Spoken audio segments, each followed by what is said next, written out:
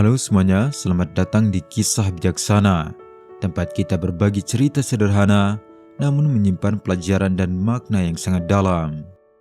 Pernahkah kamu merasa sudah berbicara banyak, namun ucapan dan pendapatmu justru tidak dihargai dan dianggap enteng oleh orang lain? Jika iya, dengarkanlah kisah ini. Kisah ini bukan hanya akan membuatmu lebih cerdas, tetapi juga akan membantumu terlihat lebih bijak di mata orang lain. Simaklah sampai akhir, karena bisa jadi cerita ini adalah titik balik dalam hidupmu.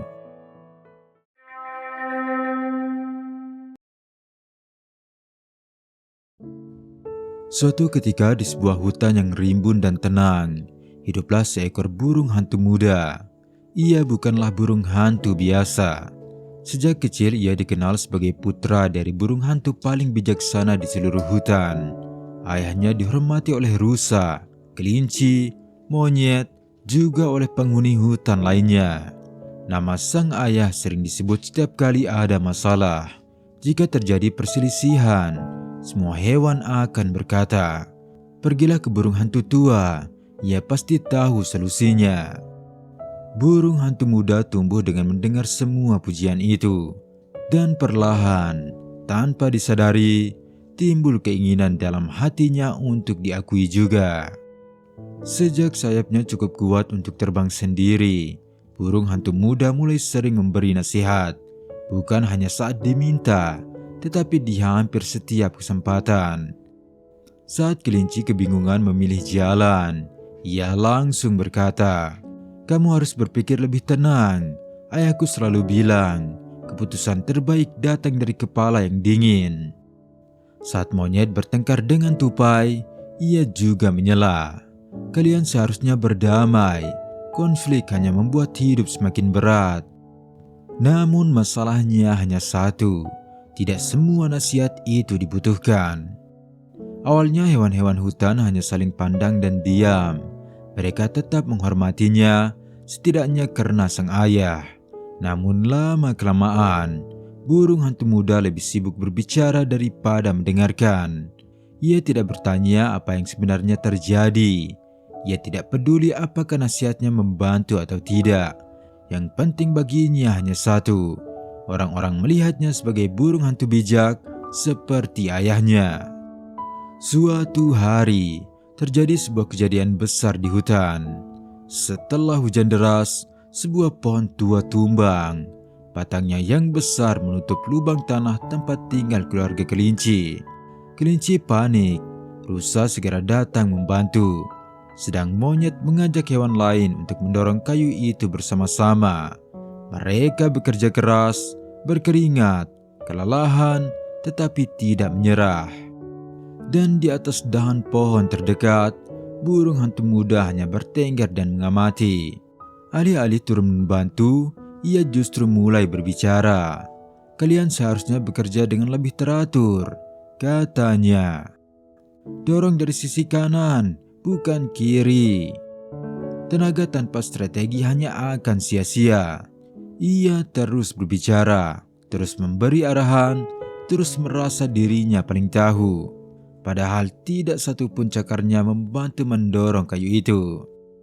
Rusa mulai merasa kesal. Kelinci semakin kelelahan. Monyet berhenti sejenak dan menatap ke atas. "Apa kamu tidak mau membantu?" tanya si monyet. Burung hantu muda menjawab dengan bangga, "Ayahku selalu berkata, kebijaksanaan lebih penting dari tenaga." Jawaban itu membuat suasana mendadak hening. Bukan karena kagum, melainkan karena kecewa. Hingga akhirnya dengan kerjasama, kayu itu pun berhasil dipindahkan. Rumah kelinci telah selamat.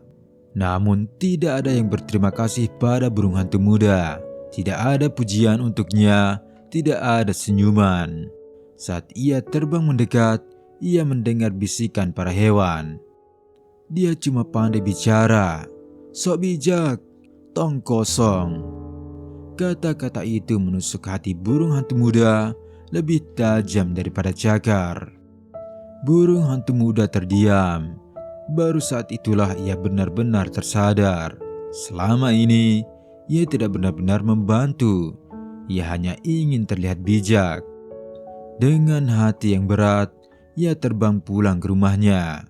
Malam itu untuk pertama kalinya, ia tidak bangga dengan kata-katanya sendiri. Di sana ayahnya sedang bertengger tenang di dahan tua. Begitu melihat wajah anaknya, ia langsung mengerti. Setelah mendengar semua cerita sang anak, burung hantu tua berkata pelan, "Jika kamu ingin benar-benar bijak, besok bertenggerlah di puncak pohon oak besar dekat pemukiman manusia." Lalu ia menambahkan, "Dan ingatlah baik-baik, saat berada di sana, kamu tidak boleh berbicara. Kamu hanya boleh melihat dan mendengarkan." Tanpa banyak protes, burung hantu muda mengangguk. Ia belum tahu bahwa di sanalah hidupnya akan mulai berubah. Keesokan harinya, saat matahari baru mulai terbit, burung hantu muda terbang menuju pohon oak terbesar di hutan. Pohon itu menjulang tinggi. Dari puncaknya, hampir seluruh hutan dapat terlihat dengan jelas. Juga dengan pemukiman manusia di bawahnya. Ia bertengger di sana, mengingat pesan ayahnya. Tidak berbicara, hanya melihat dan mendengarkan. Pada awalnya hal itu terasa sangat sulit baginya. Berkali-kali ia ingin membuka mulut dan memberi nasihat atas apa yang ia lihat. Namun ia berhasil menahan diri. Ia tidak ingin menyerah. Hari demi hari berlalu. Di atas pohon oak itu, burung hantu muda mulai melihat hal-hal yang sebelumnya tak pernah ia perhatikan. Suatu hari ia melihat seorang anak manusia membantu ayahnya membawa keranjang berat berisi buah melewati hutan. Tujuan mereka jelas. Buah-buah itu akan dijual. Meski mengangkut beban yang berat, anak itu tidak mengeluh, tidak berkata apa-apa. Meski hidup mereka berat, ia membantu ayahnya dengan tulus. Hari berikutnya, burung hantu muda melihat pemandangan yang sangat berbeda. Seorang anak perempuan berpakaian bangsawan berteriak pada ibunya. Pemandangan itu membuatnya berpikir. Anak yang dibesarkan dalam kehidupan keras justru terlihat lebih menghormati orang tuanya. Sementara anak yang hidup serba berkecukupan malah bersikap sebaliknya. Di hari selanjutnya, ia melihat seorang pemuda yang terus berkata bohong demi terlihat mengesankan. Namun bukannya mendapat pengakuan, pemuda itu justru menerima cibiran. Dari semua yang ia lihat, burung hantu muda mulai menyadari sesuatu yang mengejutkan. Dengan hanya melihat dan mendengarkan, ia bisa memahami begitu banyak hal yang sebelumnya tak pernah terpikirkan olehnya.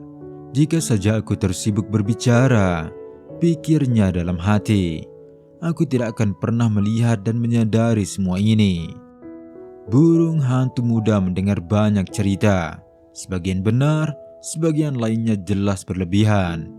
Dan kini, tibalah waktunya ia kembali menemui teman-temannya di hutan. Saat itu kebetulan terjadi sebuah kejadian besar. Seekor gajah jatuh ke dalam lubang besar. Hewan-hewan lain seperti kelinci, rusa, dan monyet berusaha menolongnya. Mereka mencoba menarik gajah itu menggunakan tumbuhan rambat. Namun usaha mereka gagal. Tubuh gajah terlalu besar dan berat untuk ditarik dengan tenaga mereka. Ketika burung hantu muda datang, beberapa hewan terlihat menggerutu. "Kuatkan telinga kalian, burung hantu itu sudah datang," kata rusa dengan nada malas. "Kalau dia mulai berbicara tanpa membantu, aku akan melemparinya dengan buah busuk," ujar monyet sambil mengusap keringatnya. Namun sesuatu yang tak terduga terjadi. Burung hantu muda tidak berkata apa-apa. Ia hanya bertengger di atas pohon dan mengamati.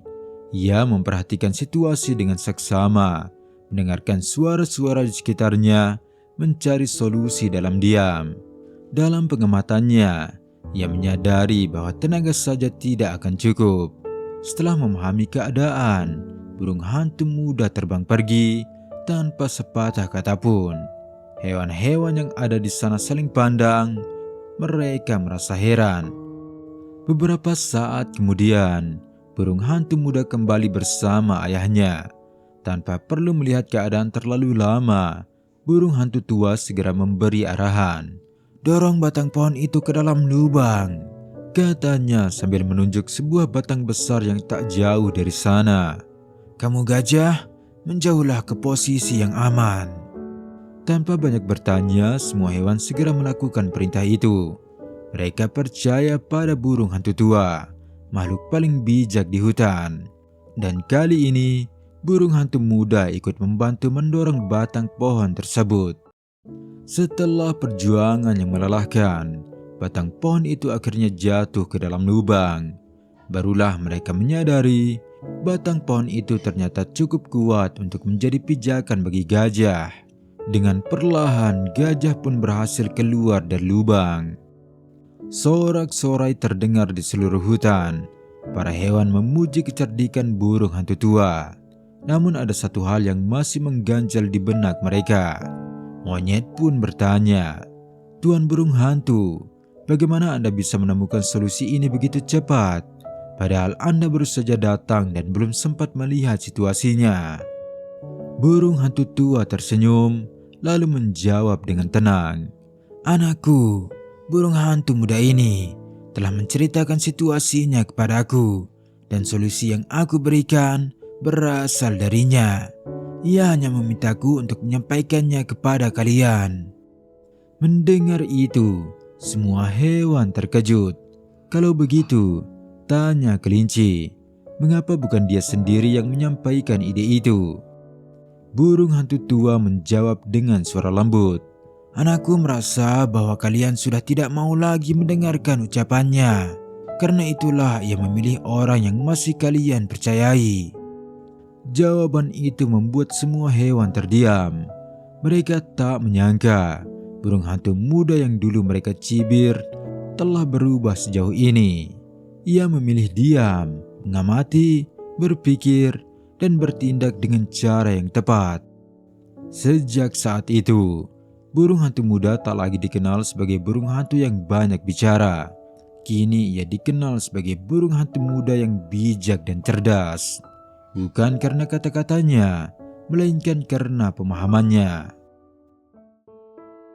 Teman-teman, dari kisah ini kita belajar bahwa untuk menjadi lebih bijak dan lebih cerdas, bukan mulut yang paling kita butuhkan, melainkan mata dan telinga. Amati lebih banyak, bicara lebih sedikit, dengarkan dengan sungguh-sungguh. Karena kecerdasan dan kebijaksanaan tidak lahir dari banyak kata, melainkan dari pemahaman. Jangan lupa tinggalkan pendapat kalian di kolom komentar. Terima kasih sudah menonton sampai akhir, dan sampai jumpa di kisah berikutnya.